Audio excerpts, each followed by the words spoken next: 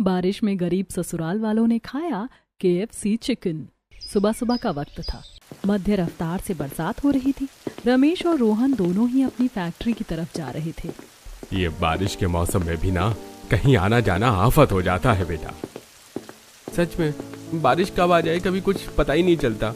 ऊपर से एक गली गली में भरा हुआ पानी और कीचड़ अलग से। बातें करते करते दोनों बाप बेटे एक बड़े से बाजार में पहुंचते हैं। दोनों जहां से गुजर रहे थे रास्ते में बड़ा सा KFC का स्टोर था और वहां से लजीज KFC के चिकन की खुशबू आ रही थी। वाह क्या खुशबू आ रही है। इस खुशबू से तो हर दिन दिल ललचा जाता है कसम से। लालच तो आएगा ही। KFC वाले बनाते ही चिकन इतना अच्छा है। मैंने कभी खाया तो नहीं है पर देखा है बहुत बार। अरे हम जैसे लोग कहाँ खाएंगे KFC का चिकन बेटा। हम तो बस खुशबू के मजे ले सकते हैं। पर इसकी खुशबू भी बड़ी जानलेवा है। ऐसा लग रहा है कि बस जल्दी से अंदर जाऊं और फटाफट से पेट भर के KFC का चिकन खा लूं।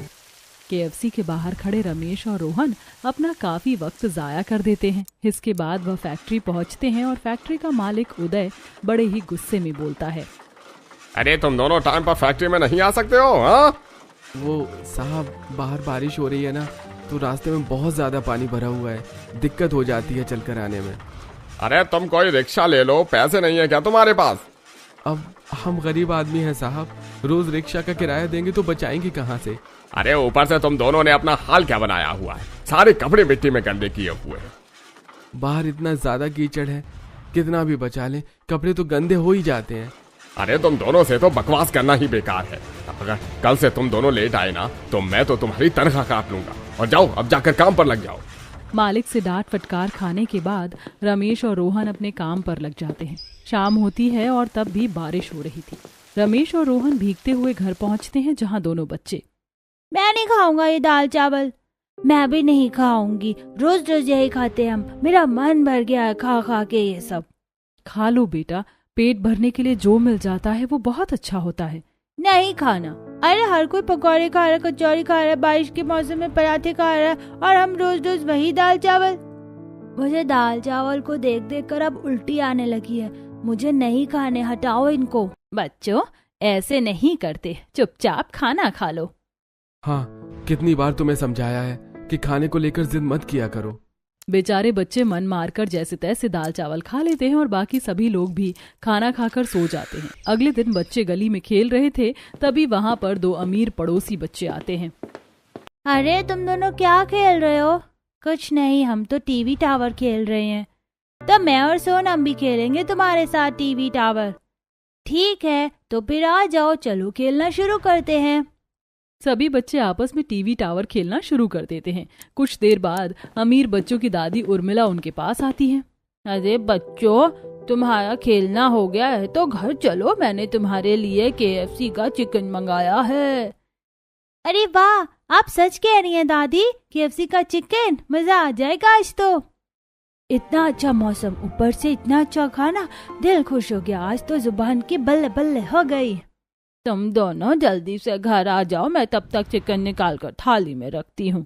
उर्मिला वहाँ से चली जाती है और सोनू और गुड़िया सोनम और राजू से पूछते हैं, ये KFC का चिकन क्या होता है? हमने कभी नहीं सुना।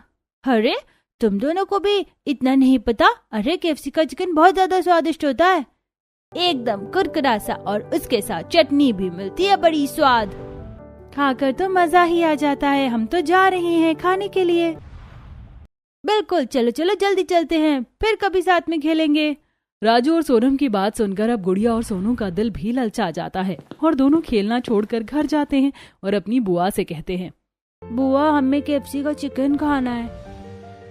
वो हाँ, बहुत ज्यादा स्वादिष्ट होता है। KFC का चिकन, ये क्या होता है? मैंने कभी नहीं सुना। तुम कहाँ से रोज नई नई चीजें सुनकर आ जाते हो और फिर खाने की डिमांड करने लगते हो, और तुम्हें कैसे पता स्वादिष्ट होता है? तुमने कभी खाया है? नहीं माँ, सोनम और राजू ने हमें बताया।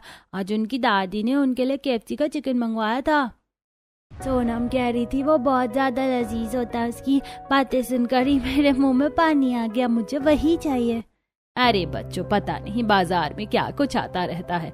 अब सब कुछ उठाकर थोड़ी ना खा लेंगे, और हमने जब कभी सुना नहीं है, देखा नहीं है, वो कैसे खा लें? पर वो बहुत अच्छा होता है, हमें ला दो ना। तुमने खुद कभी खाया है गुड़िया, जो तुम दोनों ऐसे जिद कर रही हो? चलो चुपचाप बैठ जाओ। थोड़ी सी डांट फटकार खाकर सोनू और गुड़िया चुपचाप बैठ जाते हैं और किसी अन्य काम में लग जाते हैं। रात को जब रोहन और सुरेश घर आते हैं तो फिर से उन दोनों का KFC का चिकन मांगना शुरू हो जाता है। पापा हमें KFC का चिकन ला दो ना, हमें वही खाना है। हाँ एक बार ला दो, बस एक बार, चाहे थोड़ा सा ला दो, हमें बस उसका स्वाद चक्कर देखना है। अरे पता नहीं क्या पट्टी पढ़ा दिए पड़ोस के बच्चों ने इनको, जब से घर आए हैं बस यही बोले जा रहे हैं KFC का चिकन। अरे अब इसमें बच्चों की क्या गलती है? KFC का चिकन है ही ऐसा कि हर कोई भी दीवाना हो जाए। बिल्कुल सही, और वो सच में बहुत ज्यादा स्वादिष्ट होता है। पर हमने तो कभी देखा तक नहीं है भैया, हमें कैसे पता होगा वो कैसा होता है और कैसा नहीं होता है? और खाने की तो बात बहुत दूर की है। चिंता मत करो बच्चों, एक दिन मैं तुम्हें KFC का चिकन जरूर खिलाऊंगा। हाँ बेटा, अभी हाल फिलहाल के लिए घर में जो बना है तुम वही खा लो।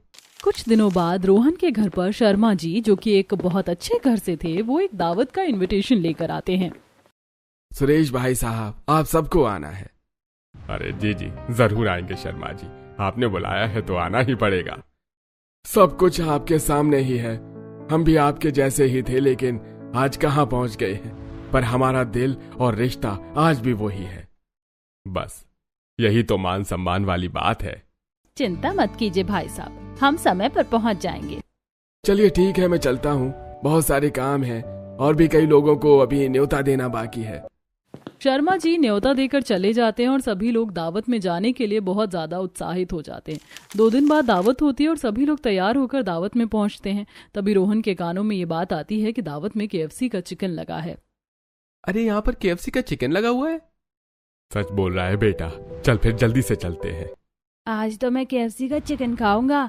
भाई जल्दी चल, जल्दी, कहीं खत्म ना हो जाए। अरे बच्चों थोड़ा हौसला रखो, जल्दबाजी में किसी से टक्कर खाकर गिर मत जाना। बच्चे KFC के चिकन के पीछे तो ऐसे पागल हो गए हैं जैसे गुड़ के पीछे मक्खी।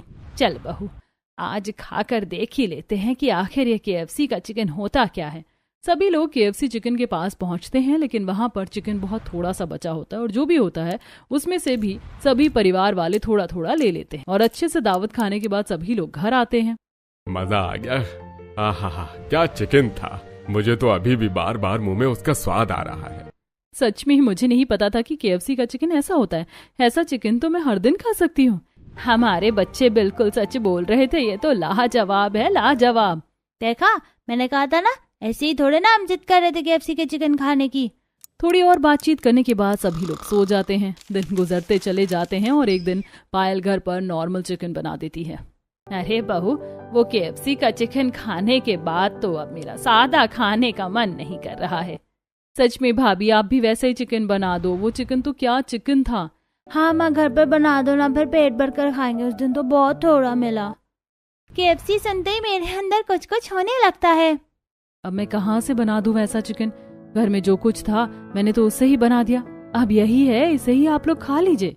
पायल की बात सुनकर सभी लोग चुप हो जाते हैं और जो बना होता है उसे ही आराम से खा लेते हैं। दिन गुजरते जाते हैं और एक दिन सुबह जब रोहन और सुरेश फैक्ट्री पहुंचते हैं तो वहां मालिक उदय गुस्से में बोलता है, मुझे पता है आप में से ही कुछ लोग हैं जो फैक्ट्री में से बेकार सामान को चुरा कर उसे बेचकर तनख्वाह से ज्यादा पैसे अपनी जेब में भर रहे हैं।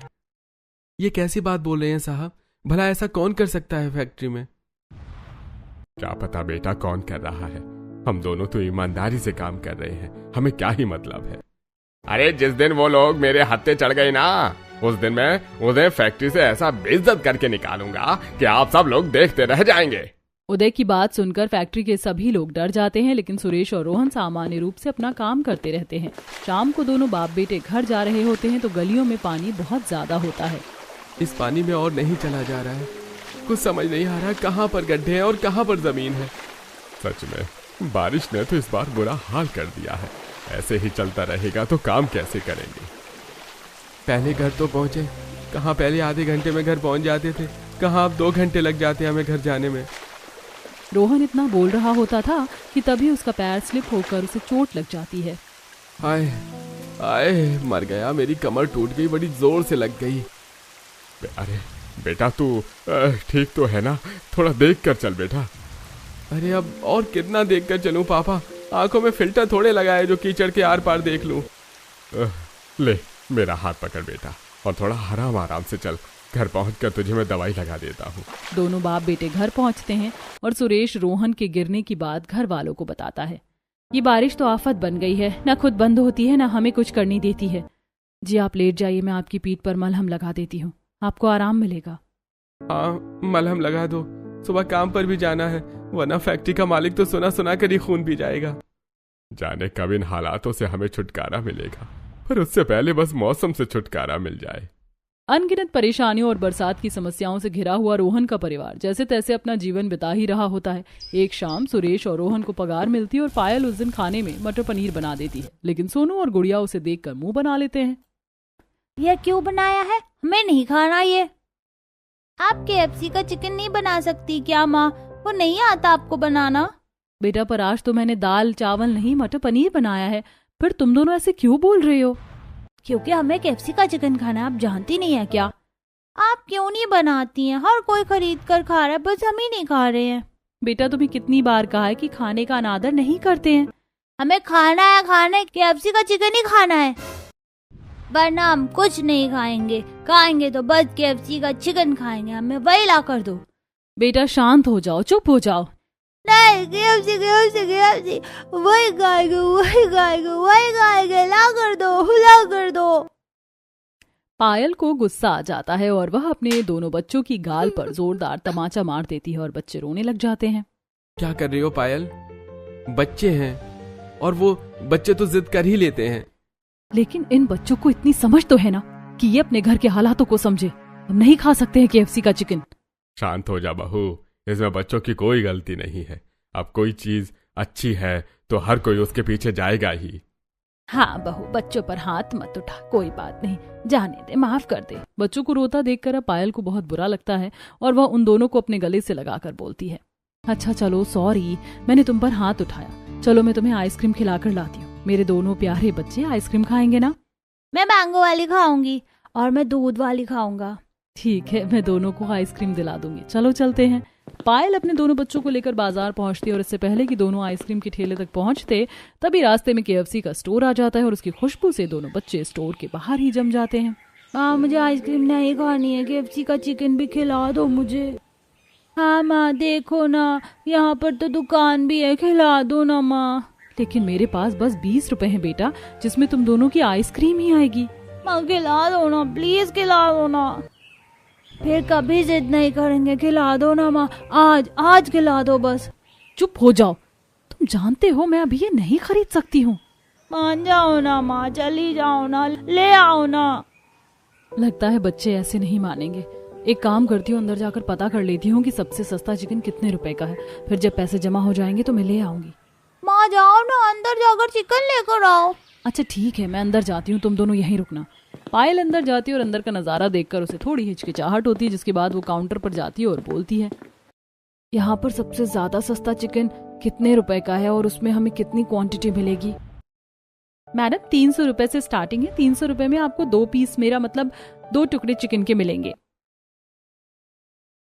300 रुपए में 2 टुकड़े तो बहुत ज्यादा महंगा है। पायल खाली हाथी KFC से बाहर आ जाती है और दोनों बच्चे फिर से रोने लगते हैं। आप खाली हाथ क्यों आ गई बाहर, लेकर क्यों नहीं आई?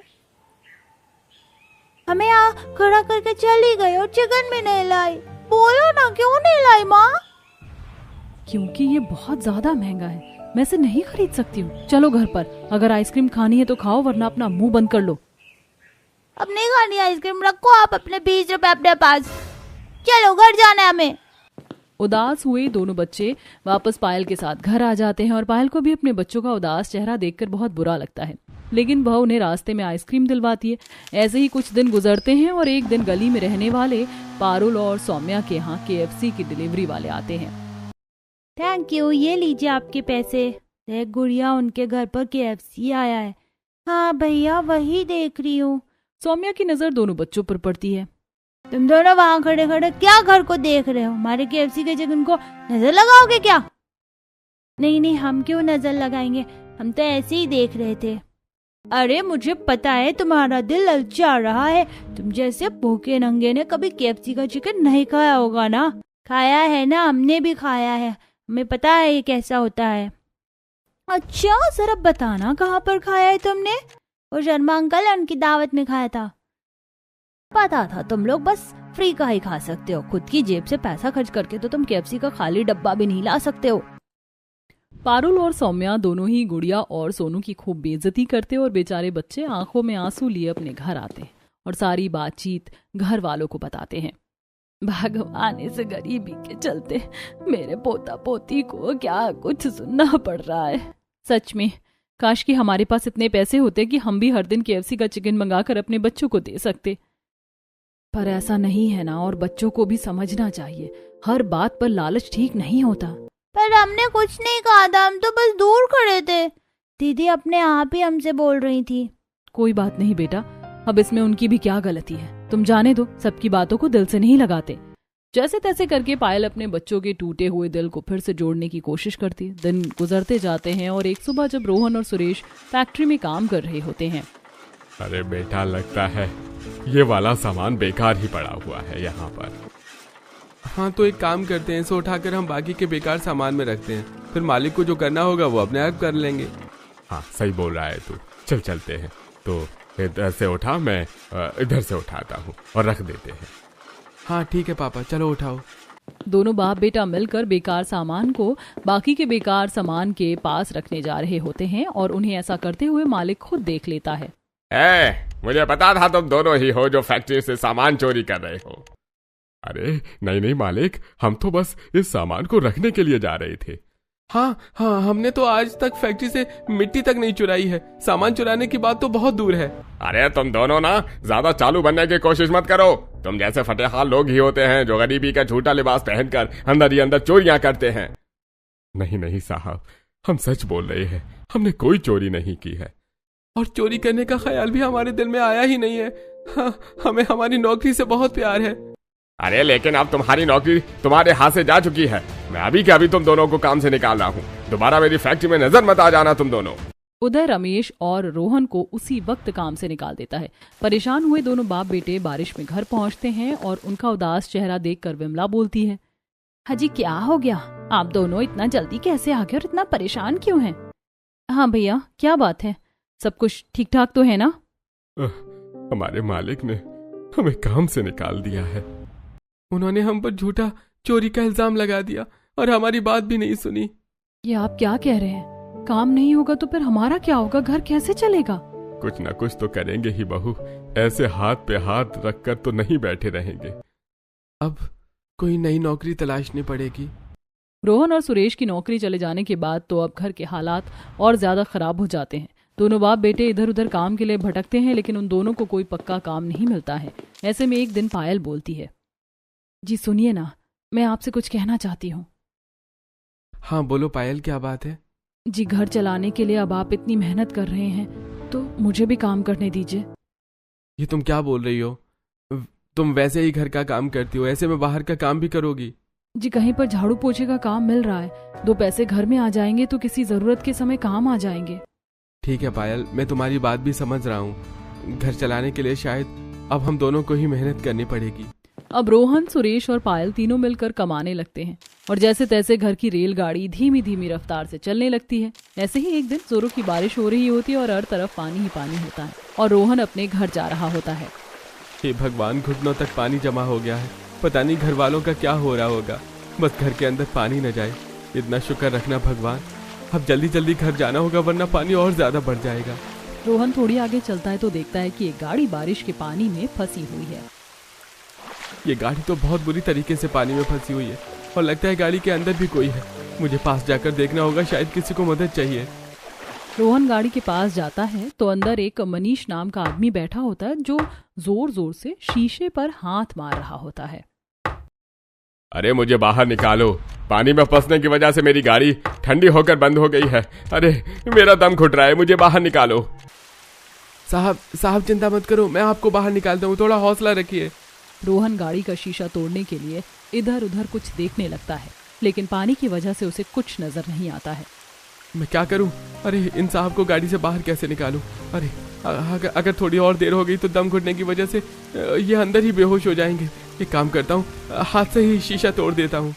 रोहन जोर से शीशे पर 2-4 मुक्के मारता है और गाड़ी का शीशा चकनाचूर हो जाता है, जिसके बाद रोहन मनीष को सही सलामत गाड़ी से बाहर निकालता है, लेकिन उसका हाथ लहूलुहान हो जाता है। तुम्हारा बहुत बहुत शुक्रिया, तुमने हमारी जान बचा ली, अपनी परवाह किए बगैर मुझे बचा लिया। अरे कोई बात नहीं साहब, ये तो मेरा फर्ज था। लेकिन तुम्हें बहुत ज्यादा चोट लग गई है, चलो मैं तुम्हें डॉक्टर के पास ले चलता हूँ। अरे कोई बात नहीं साहब, मैं अपनी मलहम पट्टी करवा लूंगा। नहीं, तुमने मेरी मदद की है, बदले में मुझे भी तुम्हारी मदद करने दो। मनीष रोहन को लेकर तुरंत ही पास के अस्पताल पहुंचता है और वहां उसके हाथ पर मलहम पट्टी करवाता है। वैसे तुम कौन हो और क्या करते हो, तुम्हारा नाम क्या है? मेरा नाम रोहन है और मैं बस ऐसे ही मजदूरी का काम करता हूँ। किसी पक्के काम की तलाश में हूँ साहब। गरीबी में घर चलाना बड़ा मुश्किल है और ऊपर से बारिश। हाँ, वैसे अगर तुम चाहो तो मैं तुम्हारी मदद कर सकता हूँ। आप सच बोल रहे हैं क्या साहब? हाँ, ये लो, कल तुम इस पते पर आ जाना, मैं तुम्हें काम दूंगा और वो भी बहुत अच्छा। मनीष से वह कार्ड लेकर रोहन अपनी जेब में डाल लेता है, जिसके बाद वह घर आता है और रोहन की चोट देखकर सभी घर वाले डर जाते हैं। जिसके बाद रोहन अपनी और मनीष की मुलाकात के बारे में घर वालों को बताता है। जी, किसी की इतनी भी क्या मदद करनी कि खुद को चोट पहुंचाया जाए। अरे कोई बात नहीं, किसी का भला करने से हमारा भला ही होता है, भगवान भी यही कहते हैं। पर बेटा, इतना ज्यादा भला भी नहीं करना चाहिए। वो तो शुक्र है कि वो इंसान अच्छा था जिसने बदले में तेरी मदद की।